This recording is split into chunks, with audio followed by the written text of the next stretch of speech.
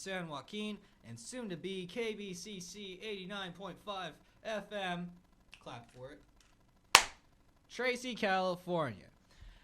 How is it going, ladies and gentlemen? My name is Ed Heitman. Joining me in the studio, as always, are my good friends and co-hosts, Brian Rodriguez. Hello. And Parker Spurlin. He has to make his entrance. Yeah. Well, what? That was a nice, subtle entrance. Hello. How you doing today, bud? How are you both doing today, actually? Pretty good, pretty good. Sorry, I'm just listening to the recording to make sure we have audio. Do we have audio? Do we? So far, we seem to be getting likes, so I think we're doing good. Yep, it's in one ear again, but it's there. It works. When it works, it works. It just works. We're trained professionals, ladies and gentlemen. We're doing this live. We're doing it live. We have one side of audio, and it's... Well, you're just going to have to stand on one side. Yeah. Anyways, if this is your first time checking out our program, for one, thank you for tuning in. And second, this is the show completely dedicated to the world of pop culture. Anything from movies to video games to TV shows to comic books, you name it. And we'll do our very best to cover it. Now, for this week's episode of the Phone Booth, we got a nice little start. I mean, for every pop culture show, it is always nice to start things off with a little bit of Star Wars news. Wouldn't you gentlemen agree? Sure. Why not? I mean, it is a cornerstone after all. Brian, I'll let you handle the roundup here. All right, so we have 3 pieces of Star Wars news and 1 Star Wars trailer this week, so let's get it started. The Disney Plus Obi-Wan series starring Ewan McGregor has been put on hold, reportedly because Lucasfilm was unhappy with the quality of the scripts, possibly also because the scripts are too similar to those of The Mandalorian that came before. However, when asked, Ewan McGregor claimed that the series will still meet its initial release date, even though it hasn't been given a release date. So, who knows? I mean, you can't just, Yeah, it'll totally meet the super secret release date, only Lucasfilm knows. They promise. So whenever it releases was totally the plan all along. Well, I mean, I guess it's not the worst decision to keep your release date private within the company. I mean, how many times have you heard a company say, we actually had to push this movie over to this release date, and they weren't able to actually meet that release date? Yeah, I mean, they haven't even started filming on this series yet, so Exactly. an actual release date would be an insane thing to put out. You know. But, I mean, of course, it is unfortunate that this got put on hold or canceled altogether. It's not canceled. Yeah, but I mean, it's unfortunate, though. I mean, when we did talk about it, a large couple of episodes ago, we did get Mandalorian vibes off of it from the brief little details they were giving us. Oh, yeah, months and months ago. Possibly pre-Parker. Yeah. From a time before him. Yeah, it was a pre-Parker episode of the Phone Booth. That's a long time ago. It's in a lot galaxy, not that far away. Actually. No, literally right here. Yeah. It's a lot of time travel. Maybe 20 feet that way. Yeah, it's 20. Possibly. Well, the thing is that before me was you two. Yes. Yes. And then after me, It was there all was of me. us. And you guys. Oh, you're a part of the. Are you drunk? No. Oh, we're trained professionals, We're ladies trained and gentlemen. professionals. I mean, Look at how I'm dressed. Aren't I professional? Very Letterkenny-esque. Yes. Thank you. Anyways, wait, we were talking about Obi-Wan. so Obi-Jin Canoodle. that's really it. Yeah. But speaking of Letterkenny, a new coder came down the laneway the other day. So there may be a remake or sequel or reimagining or any possible. Did you just pack that into a nice little reference that was packed into another little reference to me? Terry Wills Brown is tuning in, saying hello. How are you doing today, Terry? You should stick around. We've got news on The Witcher. Oh, Witcher. yeah. Stay tuned. Big news. Big news. Huge. Big news.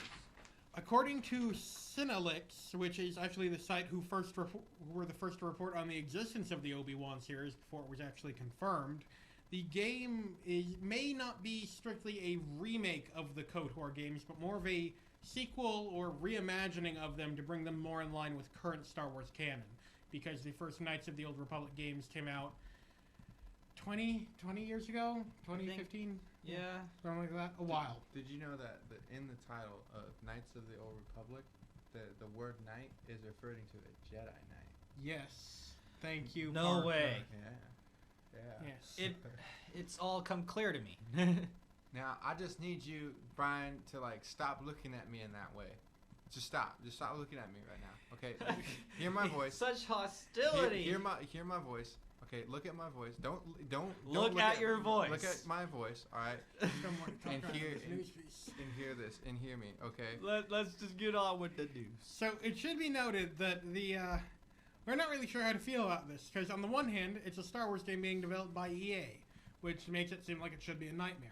On the other hand, it would be a sequel to a single-player Star Wars game, which would make it seem like even more of a nightmare. However, EA did come out with Star Wars Jedi Fallen Order, which was a good single-player game without microtransactions or online nonsense. Yeah, that's true. However, it also should be noted that the original developers of the game, BioWare, are not specifically going to be the ones developing it, as far as we know. On the other hand, BioWare has also sort of done a few oopsies in the past few games. It's done a couple of naughty poos. Yeah. A bit of an oopsie. A bit of a oopsie daisy. A little screwed everything up royally. A little bit of a spaghetti-o. Yeah. So maybe we don't want BioWare developing it. We don't know what to feel about this. It could be great. It could be terrible. It could be in between. Probably won't be. It's going to be one of those extremes because it's EA. I was going to say, yeah. You know, I wish that I knew how to feel about this, but I'm somewhat morally conflicted on how to feel. You know, do I accept the BioWare? I invited you to check out the video. Thanks. You gave me a notification to let me know that that we're streaming. I kind of figured it was on accident. I'm doing this live, ladies and gentlemen. Doing it live. Doing it live. But I wish I knew how to feel, because I wanted, like, there's like a little part of me that wants to have that romance I had with BioWare when Mass Effect was coming out, and I was like, yes. But unfortunately, I can't do that. Because it might be illegal to do that with BioWare. I have a relationship. Is it illegal to have a yeah, I want to know that now. Can you have a romantic relationship with a company? I don't want to. I don't even want to try to answer that question. Unfortunately, Terry has to get going to a party, so hopefully she's able to tune in later to catch the Witcher news. It's big. It's a good one. Yep. Watch us, on rerun. You can find us else on elsewhere on AOL, I believe. On CompuServe as well. On CompuServe, Can I handle this Star Wars bit? Yeah. Awesome.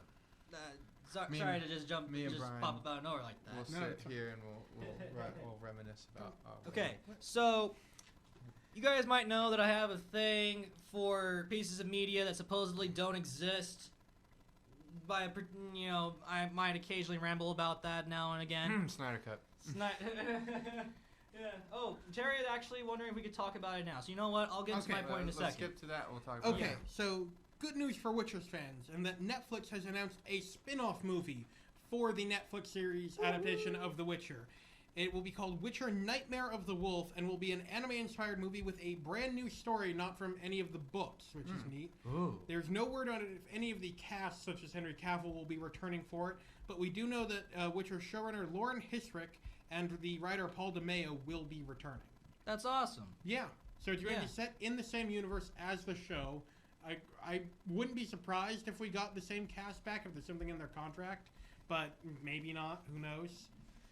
Toss a coin to your Witcher. Also, Valley of Plenty. Also, the Witcher soundtrack is getting an official release, so we will finally have an official version of Toss a Coin to Your Witcher. Ooh, sweet toss your coin. That's a great little reward there. So I'm waiting for my video feed to pop back up. So I don't know if that's helpful information to you just yet. But yeah, I mean, we were really excited to share that news with you, Terry, and whatnot, especially because she was actually on our show to talk about the latest Netflix series that came out for The Witcher. Mm-hmm. And yes, we're not sure if Andrei Sapkowski is going to be involved in any way. He is a consultant for the show, but we're not sure about the movie. Oh, she is wondering if the original author is going to have involvement. Yeah, that's right. I was responding to. Yeah, so we're not sure. Maybe, but nothing has been confirmed yet. Okay, wonderful. We're gonna get some coins tossed to the witches in this movie. She says she's super excited. You know what? We're excited too, because the Netflix series was pretty good. It's really good. Anyways, on with this little bit of Star Wars bit. A few weeks ago, a script for Colin Trevorrow's version of Episode 9 leaked onto the internet. titled Duel of Fate. The script has almost no resemblance to the version we got in theaters. We didn't report on it because there was no evidence of the script being real. However, Colin Trevorrow has confirmed that the script is real. Yes, so for those of you that don't know, Colin Trevorrow, who directed Jurassic World and Safety Not Guaranteed, was the originally signed director for Episode 9. However, it's unclear why Disney fired him. Some people speculate it's because his movie Book of Henry kind of bombed. Other people say it's because Kathleen Kennedy didn't like his script. It's unclear. He's still got a writing credit on Rise of Skywalker, even though he's confirmed that like none of his script made it into. I would not want that to be on a writing credit on that one. Yeah.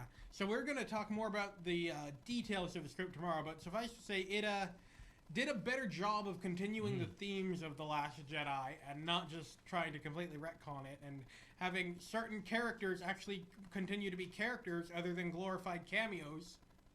Yeah, I was able to take a few screenshots of an article that Tech Radar had going in depth on it. So tomorrow we'll gloss over the details, and discuss it and everything. Yeah, we're not gonna like do a full read through, but we'll go through some of the more interesting bits. Yeah, interesting little plot points.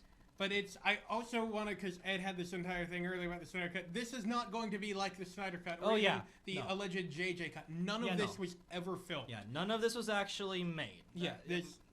Literally, the only things that exist from this are the script and the upcoming Star Wars Rise of Skywalker. Like, there's going to be a art book. It's going to have some of the concept art from this version. But that's it. Yeah, that's it. I mean, I'm just interested in it because it was just an alternate version of the story, basically. There's no Trevorrow cut. Yeah, Do not start this hashtag. It does not exist. It cannot exist. He was fired before filming even started. Though it would be nice if they released did the whole script get leaked or was it parts of the script? I'm not entirely sure. I think it was the whole script. Ooh, I gotta check that out. Trevorrow script. I want the Trevorrow script. Maybe they could make a novelization out of it. They could. It'd be like an alternate, history thing. Probably won't, because. So on to more things we wanted but will never actually get. This hurts my heart. So a while ago, like possibly even a year ago, we reported on the news that Hulu was working on 5 adult-oriented Marvel animated series. There was going to be Howard the Duck, Tigra and Dazzler, MODOK, Hitmonkey, and then they were going to all team up in one final show called The Offenders. And it's news for it hasn't been great recently. Back in August, September, it was announced that the entire crew of Tigra and Dazzler had been let go so Marvel could completely reboot the production. Oh. And now it has been announced that both Howard the Duck and Tigra and Dazzler have been canceled. Man, that sucks, man, because Howard the Duck's got some pretty good comic books, and we only have one movie for Howard the Duck, and it is not a good movie by any means. And a cameo. He had a cameo in Guardians of the Galaxy. And part 2. Oh, really? I didn't see that. Yeah, he was in the club with Yondu and the other Ravagers at the beginning. Huh. Yeah. Interesting. MODOK and the Hitmonkey show are still moving forward. The Offenders is... Nothing official has been said about it, but when half the people in the team-up, actually more than half, because Tigra and Dazzler are 2 people, when 3 out of the 5 people of the team-up aren't getting shows, I think it's safe to assume we're not getting the team-up. Yeah. Now, I do kind of have to admit, I'm familiar with Howard the Duck and MODOK and whatnot, but I'm not too familiar with the other 3. Tigra and Dazzler, I know Dazzler is an X-Men character. Oh. Okay. I have no idea about Hitmonkey. I remember Dazzler, but it was a B-Dazzler. Oh, yeah, that's still a thing. Yeah. That's still a thing. I have no idea about Hitmonkey or Tigra. They did use like lesser known characters, I think, so they could get away with adult animation. MODOK catches my interest. I never thought MODOK would get like his own thing or anything, because he's always just that giant floating head. Yeah, I believe a casting announcement was announced for MODOK, but it kind of got overshadowed by the fact that 2 other shows got axed. Yeah. I mean, that's interesting, though. Though it is unfortunate that I ain't getting my Howard the Duck show. He's counting to something. It went from 1 finger to 2. Oh, no. Oh. 4. 4 reasons. What? 4 reasons. 4 reasons. Why? I think it's chill. 4 reasons. I was just looking at the next bit of news. Okay. This is. I was like you're really getting worked up about these Hulu animations. No, like, I don't care. I was about But to say, I appreciate you care about Howard the Duck. But Yeah, it's I want to read the next news piece when we get to it. Be my guest because I don't think I have it in me to read that one. All right, are we good to move on? Yeah. Yes. Okay. Disney has begun work on a Bambi remake. The remake, I'm bridled an uncoiled rage. I feel the remake will be in the same style as The Lion King, completely animated, but in a photorealistic manner that They can call live action, even though it ain't. It isn't live action. It ain't. Like Lion King was 100%. There was one shot at the beginning of the movie that wasn't 100% animated. Even the backgrounds were completely computer animated. even the background. I Yeah. have 4 reasons to not like this movie. Oh, okay. Well, then let's hear them. Do number 1. 1, Beauty and the Beast. Oh, okay. So this is what 2, Aladdin. 3, Cinderella. 4, Lion King. No problem with Dumbo 5, Dumbo. or the Jungle Book. I 6. Hey, I like the Jungle Book. Well, okay, I'll admit that that's The Jungle Book alright. wasn't that bad. Or Lady and the Tramp. 7. Okay. I just don't like that they're gonna kill Bambi's mom again. I mean, do Yeah. we really need to go through that again? Do we really we need to do see it in Bambi's- live action. Yeah, and now Do it's we gonna need look to like see a it? real. Do we deer need to getting do it shot. live? We need to do it live with real fake animation. Yeah. Real fake animation. It's real fake animation. We can't. They will animate every drop of blood coming out of her gunshot This- wound. Boom! Broken. And we'll get to see the I'm broken. sweat and the tears or not the tears in the hunter's eyes, the stern, keen look. We'll get to see every drop of sweat while he shoots that round right into Bambi and it goes in and Yeah. They'll be able to show every photon of Done. light dying in the mother's eyes as she passes That's on. yeah. Ah! So This yeah, is look what we forward to want. that. This is for the kids. This is for the kids. Just you watch. The next one they're gonna do is the fox and the hound. That way they can do the end scene where the hound chases the fox. Oh yeah. So, on to our next piece that's a bit less depressing, less, traumatizing events. But last week we talked about Delay Season 2020 and all these video games getting delayed. And we've actually had something of an extension of that. Not just with the Obi-Wan series being delayed, but with another video game. And this one is part of a longer trend that just makes me happy with rage. Techland, the studio known for making the first Dead Island game, its spin-off, sequel, expansion, Dead Island Riptide, whatever you call it. Yeah, there was Riptide, and then there was that weird Escape Dead Island, but that was more of a psychological thing than a zombie game. Also, I but- don't think they actually developed that one. Oh yeah, that's right, they didn't, huh? Yes. Okay. And also known for developing Dying Light, which was the spiritual successor to Dead Island. That series they didn't actually finish. But now we were going to get Dying Light 2 from them. And it's not like they could, announce a second zombie survival game set in first person and then announce a sequel to it and then delay it indefinitely. Could they?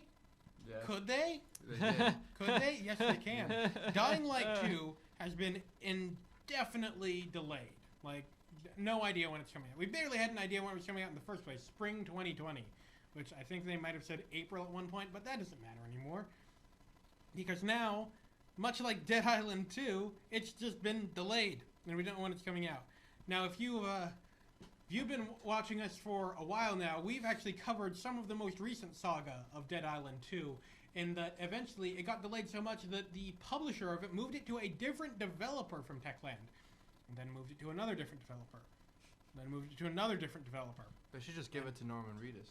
And I've moved it to another different developer. Just give it to Hideo Kojima. Hideo Kojima. Yeah, that works. That could be interesting at least. But yeah, so Dead Island 2, it's never coming out. I mean, let's just accept the fact that this game is never actually going to come out. They want us to think that it is. It's yes, but no, but yes. But mostly no. And now, Dying Light 2. I'm just going to say it. This game's never going to come out. Prove me wrong, Techland. Which is unfortunate, because if this does get canceled, you know, we actually got to see some gameplay when they were talking about it. And it actually looked pretty interesting, especially the way that one small action would have a ripple effect through communities and whatnot. Did you know that there's a website which you can figure out how many 5-year-olds that you can take on in a fight at one time? How many can you take on? I think I got up to 7. You can take on 7 5-year-olds in a fight. Why? A, why is this information you need? And B, how does this relate to what we're talking about? I don't know. I suddenly thought of the episode of Seinfeld where Kramer was in a karate class and he got jumped in the alleyway by a bunch of karate kids. Usually there's some connecting tissue between what we're talking about and your guys' random tangents. This one just came out of nowhere. We went from Dead Island 2 to... It's not my fault that you don't know how many 5-year-olds you can take on in a fight. That doesn't connect. It doesn't connect. It's something we all have to know. No. Just in case, you gotta be prepared. You're not even trying to make it connect. You're not even coming up with some nonsense to try to connect it. You know you make no sense. You know this is a random tangent, and you have no shame about it. I have no shame about my tangents. Ed, you need to cover this next part. Okay. Love me. I just need your recognition. Let's talk about J.J. Abrams. That's the appropriate reaction, too. Reminds me of when I was stuffing my face with 10 donuts at a time. I said, ooh, those are really nice donuts. And the next thing you know, at the end of it, I was like, ooh, my stomach hurts. That's another appropriate reaction. Okay, see, that one made sense. According to Deadline, J.J. Abrams' Bad Robot, the company that he works with, has signed a deal with Warner Brothers to produce films and TV based off of Justice League Dark. Justice League Dark is an offshoot of Justice League focused on magic with a darker tone, sometimes bordering on horror. Yes. Raven. No, she's no. She pops in occasionally, but you know, Justice League Dark, I believe, is Swamp Thing, John Constantine, Zatanna. Yeah, Zatanna. Yeah, Madame Xanadu. It's a lot of Frankenstein sometimes. Yeah. And yes, that is the character's name. I know the entire thing about Frankenstein's monster, but he took the name Frankenstein in the comics, so his name is Frankenstein. Yeah. So hush. I know there's at least one of you out there that was thinking. But yeah, basically Justice League Dark is like when they have to deal with the situations that Superman can't deal with because, believe it or not, the indestructible Kryptonian is actually very weak to magic. Yes, and this is not actually the first attempt at a Justice League Dark live-action movie. Way back in 2013, they got Guillermo del Toro to start working on one. However, production... It would have been. However, production never started, and it's just another in a long line of potential Del Toro movies that never got made because of, I don't know, studio interference. Let him make more movies. Why did he not get to make the second Pacific Rim? Why did you not let him make the third Hellboy? Why did you not let him make Justice League Dark? Death Stranding. There you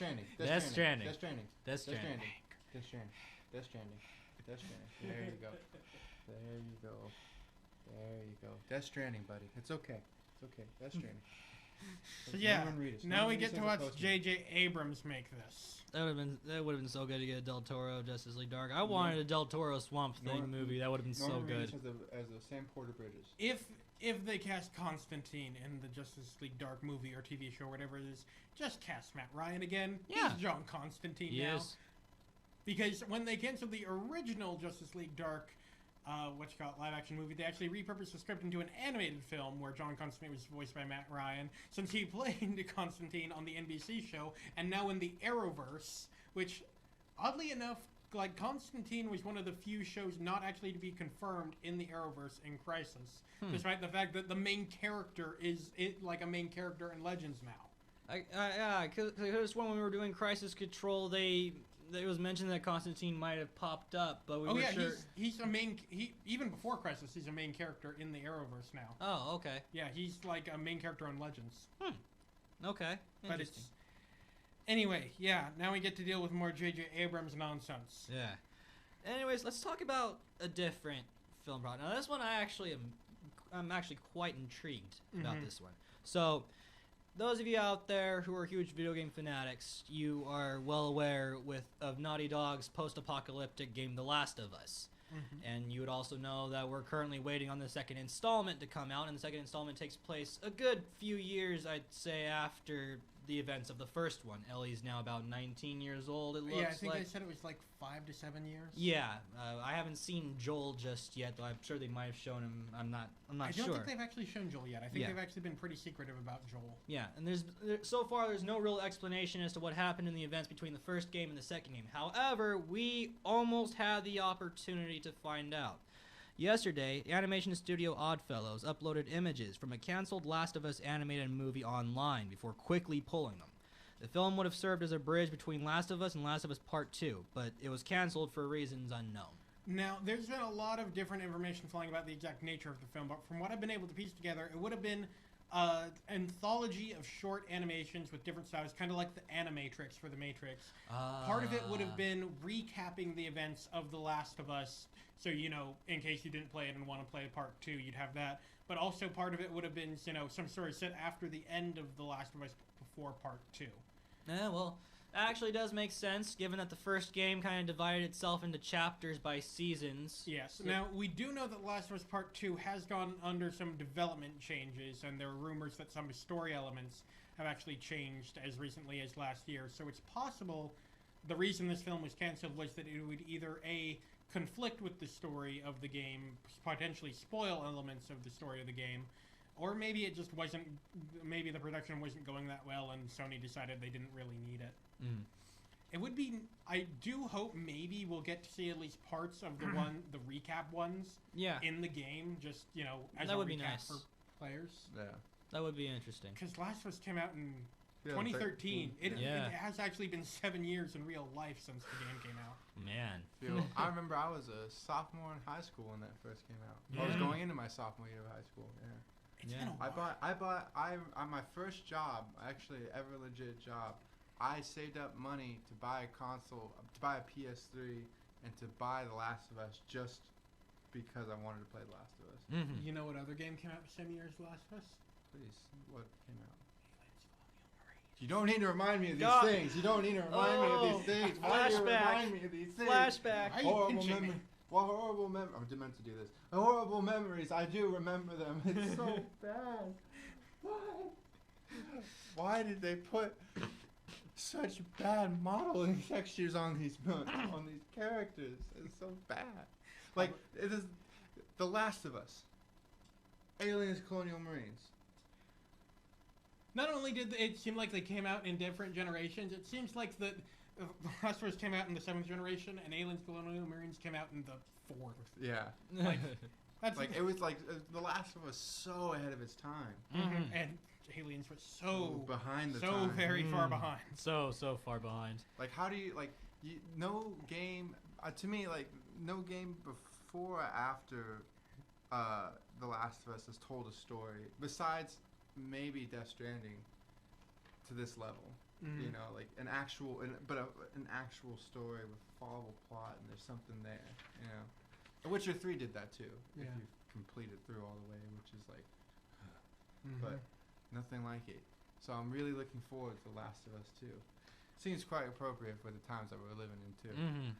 So we all love video games, we all love movies, but you know what my favorite part of this industry is? What? Complex streaming contracts for professional esports. Oh, that's my favorite. Yeah, I heard I know, right? esports. I heard esports. So Activision and Google have announced that the upcoming seasons of Overwatch League, the newly created Call of Duty League, and Hearthstone Esports will stream exclusively on YouTube. It is unknown how much the deal is worth or how long it will last, but in the past, Activision and Twitch signed a 2-year contract for just the Overwatch League that was worth $90 million. So combined with the fact that there are all 3 of these leagues and it's possibly for longer, and the fact that as part of this contract, Google Cloud will serve as the infrastructure for Activision servers for gaming, this is probably quite a bit more than $90 million.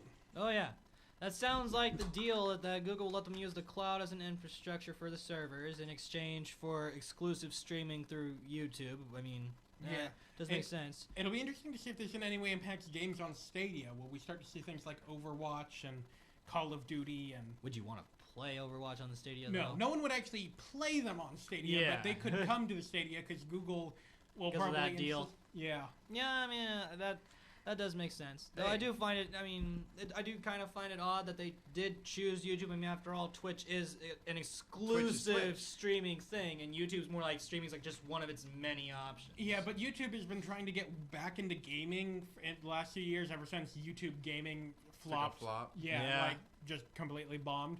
They've been signing exclusive contracts with certain streamers to get them away from Twitch, and now this puts them like significantly on the map. This Oh, is yeah. insane. Huge. I mean, move. the Overwatch League is already a huge thing. The Call of Duty League's probably going to be pretty big if they do it well. Hearthstone, not as big, but it has a dedicated following. Right. Question is, can I 360 no scope and get the Doritos Locos challenge?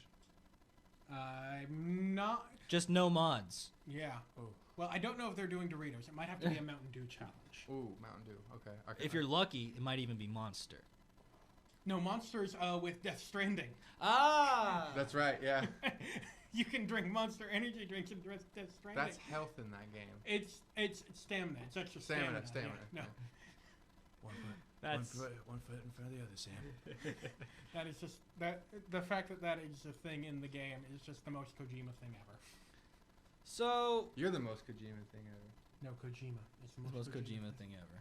Kojima created Kojima. He's a self-perpetuating force. Yes. He and Suda51 are two individuals that I will never understand. He could T-pose over me any day. I don't mind. He already is. Is there? Is he in here? Yes, he's. Well, I think what happened was, the beach things are actually based on how he experiences time and reality. Oh, okay. It's like, yeah, that's how I experienced reality.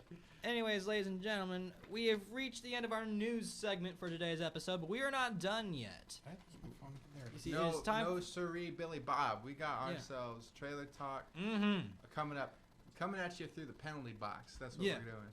Trailer Talk, in case this is your first time checking out our program, is the segment where we talk about some of the trailers that came out within this week and share our feedback on them. And Brian, I'm going to let you handle this first one. Yes. This is the second trailer for Star Wars: The Clone Wars Season 7. Now, you know what? I'm giving up on the we don't cover second trailers, but the first trailer came out like 2 years ago. So Right. it's been a while. Yeah, we usually do. What it normally is like we won't cover another trailer if it has no relevancy to the plot. If it has relevancy, then we will cover it. Yes. Now, this season will be 12 episodes long. It is being billed as the final season of The Clone Wars. And for Awesome. those of you that missed the 6th season of The Clone Wars, I don't blame you. It was only on Netflix back in 2013, but now it's on Disney Plus. It was an entire thing. The Disney buying Lucasfilm was just an entire fun thing for Star Wars. Everybody. It's all around. Just So anyway, these episodes will cover the Bad Batch arc, which was actually almost fully animated. It had full animatics that were actually posted online by Lucasfilm. That will be, that'll have its animation finished and released. And then it will be covering the Siege of Mandalore arc, Ooh. which was actually the last battle of the Clone Wars before the events of Revenge of the Sith. And even they were actually happening during Order 66. Oh. So yes, we get to see Anakin and Obi-Wan in their outfits from Revenge of the Sith, so it's pretty clear that this is towards the end of the timeline. And it will, I think we got hints that we'll also see what happened to Darth Maul. They may actually be changing some of what happened to him because they did have plans for more. Essentially, at the end of the run of the Clone Wars, Darth Maul was king of Mandalore, and then Palpatine came in, killed his brother, and tortured him, implying he was going to do something with him. Then we never actually got resolution on that until a comic book was made out of the script for the episode that was meant to cover that, in which essentially Maul's mother, who was a Night like the head of the Night Sisters, was fighting Palpatine. She got murdered. Maul ran away. Stuff happened. Then Rebels happened. It was all a thing. Huh. But now it looks like they may actually be changing the order of events because we see Maul fighting Ahsoka on Mandalore, which I don't remember actually happening in the original timeline. So it'll be interesting to see how that goes. We're going to get to see a lot of Ahsoka's story after she leaves the Jedi Order, which was actually adapted into a book. So it was originally an episode arc. It's adapted into a book that's now being readapted back into episodes. Because it turns out 7 years later, they actually did some stuff with the story ideas, but we still want the show, so here we go. Might as well. my lord, My lord. my lord, What my lord. what is he doing? I don't know. He does this all the time, and I don't understand it. I don't know what the reference is. I don't. Yes, we're getting more lore in this. My lord. Now, anyways, Lord. let's go on to the next little trailer for Irresistible. Or how I read it. This is the title. Okay, its release date is May 29th. It's starring Steve Carell, Rose Byrne, Chris Cooper, and many, many others. Directed by Jon Stewart. Oh, The Daily Show. Yes. Synopsis is a Democrat strategist helps a retired veteran run for mayor in a small conservative Midwest town. Yes. Now, this is it's a political film. It's a political comedy. I mean, it's Jon Stewart. Yeah, it's a political comedy in an election year, so go in knowing what to expect. And it's made by Jon Stewart. I mean, the guy of political commentary himself. The best of political commentary. Yes, it's a movie made by a Democrat about Democrats. It's probably going to have a more liberal lean, so just know what to expect. It looks funny. Yeah, it's Steve Carell is playing the strategist. He essentially has to try to match his, DC liberal elite ideals with these, more down-to-earth, Midwestern politicians. Yeah. There's a fun scene where he gets to yell at cows for not, looking at the camera.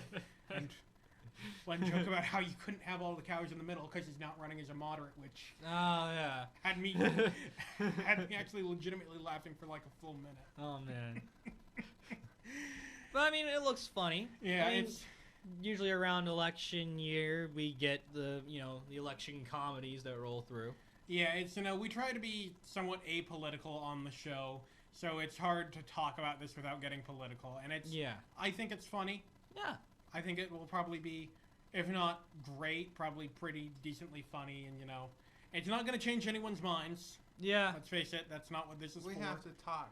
Yeah, we have to talk about this through a clairvoyant and aptitudinal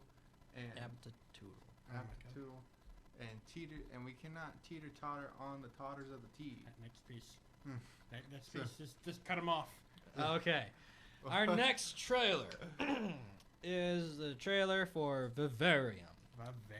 Its release date... Maximus. Its release date is March 27th, starring... Imogen Poots, Jesse Eisenberg, and others, though not a lot of others. It's really just the two of them. Yeah. Wait, how do you say Imogen Poots? Yes. Okay, Imogen. Directed by Lorcan Finnegan. The synopsis, a young couple looking for the perfect home find themselves trapped in a mysterious labyrinth-like neighborhood of identical houses. Yes. And it gets weirder and weirder after that. Eventually it just... it's weird to explain. You can tell the social commentary right off the bat when you watch the trailer. This is going to be a critique on the nuclear family concept. Yeah, and and the whole suburbia and whatnot. Your picture-perfect house with a picture-perfect family and whatnot. At one point in time, they find a box in the house that happens to have a baby in it, and there's a sign on the box that says, "Raise this child, then you can leave," and whatnot. So yes, people who move to the suburbs to have kids really have to wait until the kids move out before they can stay put. It's not really hidden, the commentary, but it doesn't need to be. I mean, Get Out, Us. Yeah, it's not like it's a problem. I mean, Jordan Peele is it has like a talent for making movies that are commentaries, and he's really good at handling it, Yeah, Us, the problem wasn't finding the commentary, is determining which commentary you should be paying attention to at a exact second, because there was like 5 layers at least. Yeah. It's like so many layers. It's like a marble cake where it's just layer after layer and it's deliciousness coming at you. Yeah. Oh yeah, for sure. Hands Across America. Never thought that would make it into a horror movie, but it did. Hands Across America made it into a horror movie. That was a real thing, right? Yeah. Yeah. Unbelievable. Anyway, I think Vivarium looks pretty good. I think it at least looks... It's a thriller, but it sort of plays to the star's sort of comedic roots at times. So you've got Jesse Eisenberg with dark humor. You got Imogen Poots with some... We didn't see as much humor from her, but it does look like she'll have her moments. Yeah, I love the camera effects. I mean, the angles that we've seen so far in the trailers. Like the top-down shots of the car driving through the neighborhood and all. they really emphasize that all the houses look the same, and the shots really show that. There's one where they're looking over the rooftop, and it's just an endless number of the exact same looking houses. It was almost like just an ocean in a way, like you're stranded, you know? And just, I loved it. I love the angles that they use. So it'll be interesting. It actually already premiered at Cannes last year, so like a year ago. But it'll be interesting for the general public. This looked like the kind of film that came from a film festival. Yeah. Yeah. What are your thoughts, Parker? Yes. Okay. I think it'll be good. I think it's going to be good. I think it's going to be an interesting movie. I think. And if it's coming from, Jordan Peele. No. Sorry. No, we're just drawing. Yeah, so drawing comparisons. I'm sorry. Lorcan Finnegan. I don't know very much about it, but about Lorcan Finnegan, I don't know. Yeah, I've never really heard of him before, but it looks promising. Jesse Eisenberg's a pretty good actor in most of the movies he's in. Imogen Poots is good. Yeah, definitely. Could be solid. She's one of those actresses that I know I've seen, but can't name off the top of my head what I've seen her in. Yeah. She was almost in so many Marvel roles, but didn't quite get it. Hopefully. It's like that and Tim Blake Nelson, who's the guy who played Looking Glass. Yeah. He was also in Fan Four Stick.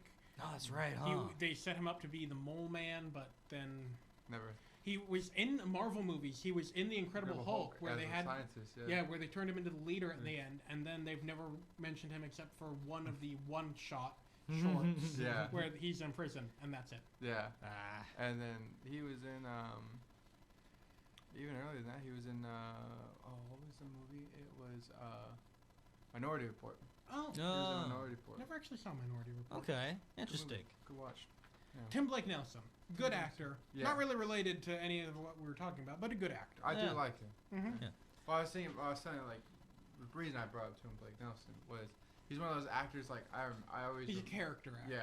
Yeah. I'm like I've seen you in things. Don't remember everything, but I do remember you in them. Right. Much like character actress Margot Martindale. Yes. Joke in BoJack Horseman. Yes. So those were the trailers that came out this week. Now, for some of you out there, you might be wondering, we don't want trailers. We want to know what's coming out right now in movie theaters. Well, luckily, Brian's got you covered. He's got your problem with the tip top of the penalty box. So here we go. I have 3 movies for you this week. And I don't know why I'm rubbing my phone like this, but it's happening. Please stop doing that. That's very strange.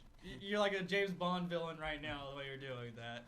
How about if I do it with my middle finger? It's like you're... dude.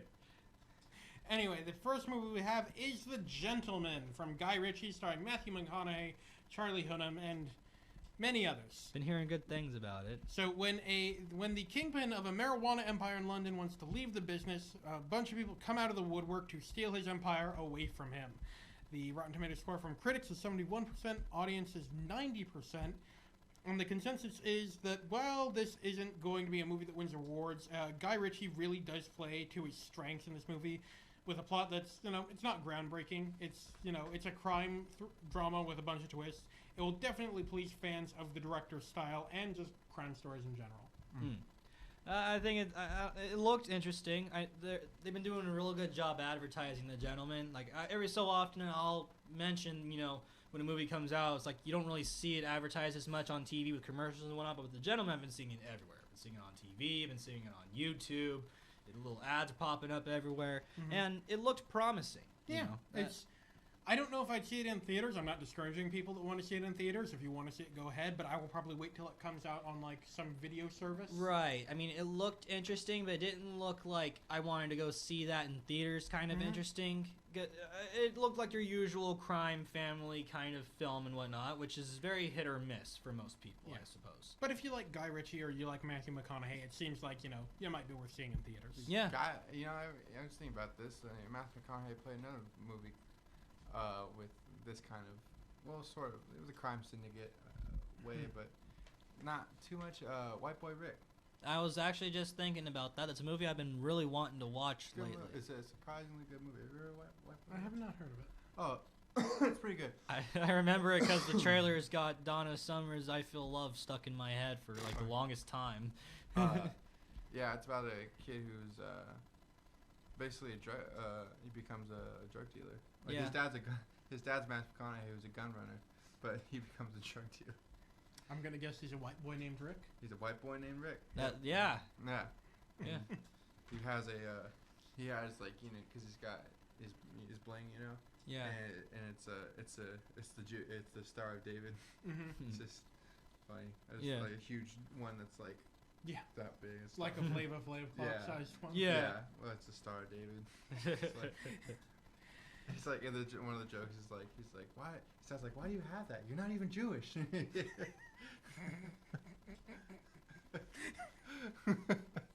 Okay, I may have to watch that.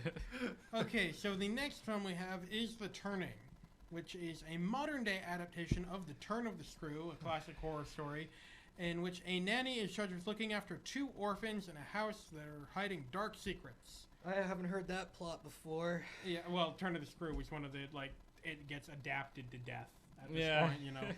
Now, the Rotten Tomatoes score from critics is 13%, and from audiences it is 12%. I Ooh. smell bankrupt. Consensus is that the all-star cast is wasted on a muddled story which fails to do the original justice. It has Mackenzie Davis, Finn Wolfhard from Stranger Things, but it's... Are you surprised? Are you really surprised? Adaptations nowadays are just not doing good. I mean, after all, The Grudge recently came out, and that one also was a bad adaptation. Apparently, it does attempt to do new things with the story of The Turn of the Screw, but just completely fails to pull them off. I don't know exactly what they are, and I don't want to get into spoiler territory. I could probably make a movie about Bisquick more entertaining than this. Maybe. Probably. It's entirely possible. If you just had a video of the kids from Stranger Things making pancakes, that'd probably do better than this movie. You know it really would, It too. would That's too.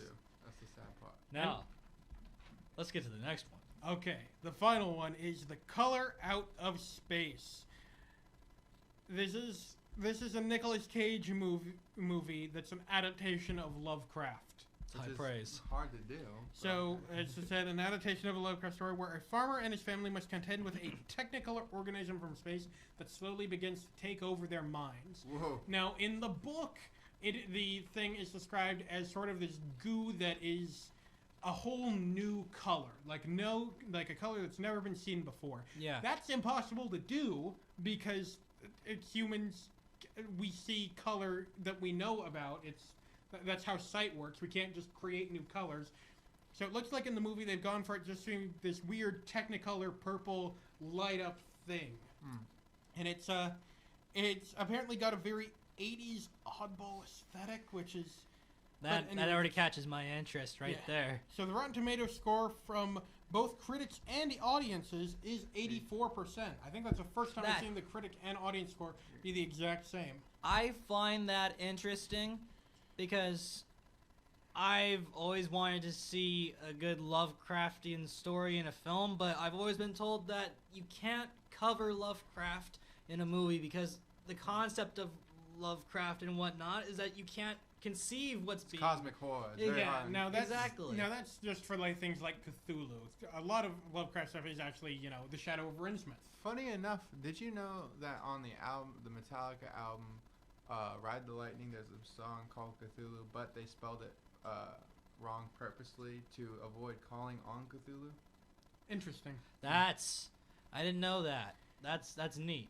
Also, if people want to get, all upset about misspelling of Cthulhu, it should be pointed out that his name isn't actually even Cthulhu. It's unpronounceable to human tongues. But that's they gave right. him the name Cthulhu. Yeah, so, that's our best approximation, so our spelling is the best approximation.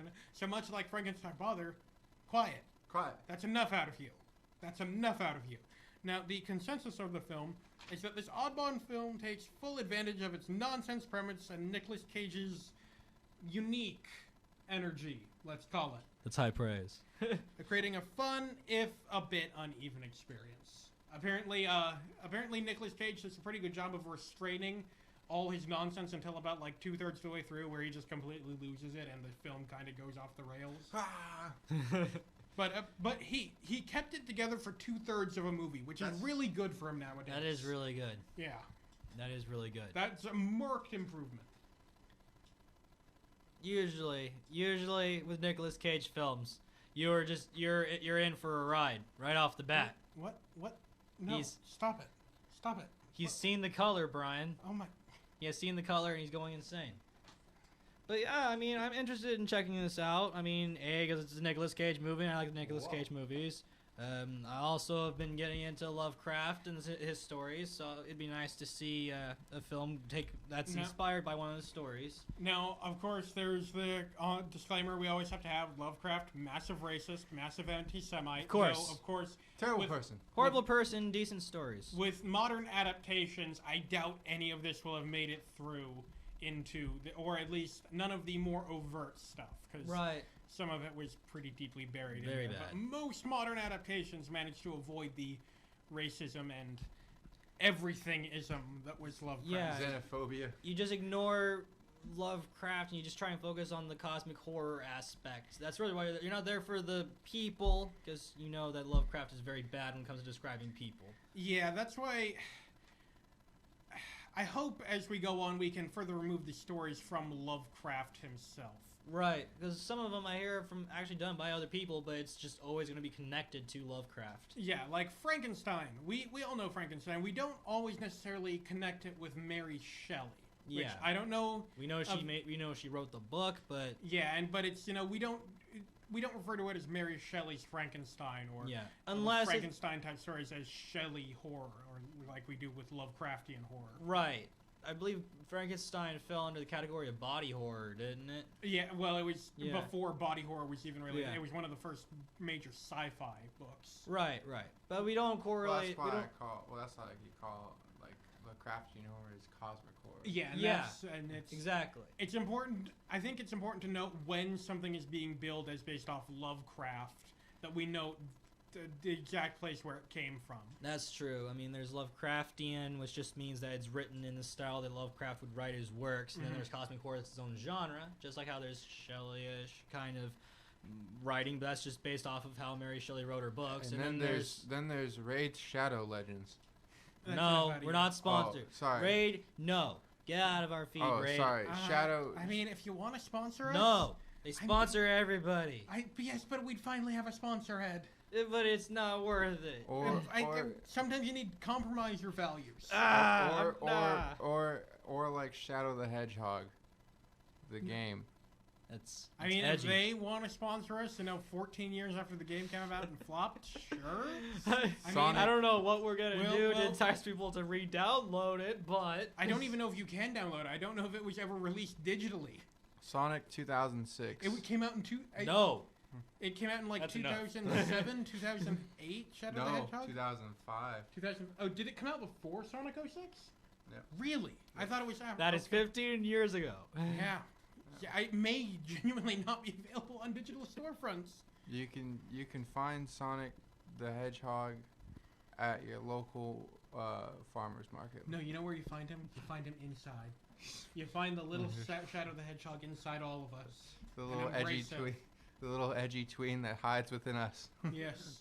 Gosh, I remember that game. Why did he have machine guns? He had chaos control. He had no reason to have machine guns. The other Sonic game.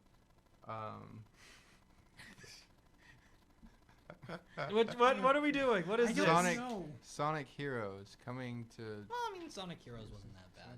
Sonic Freeriders.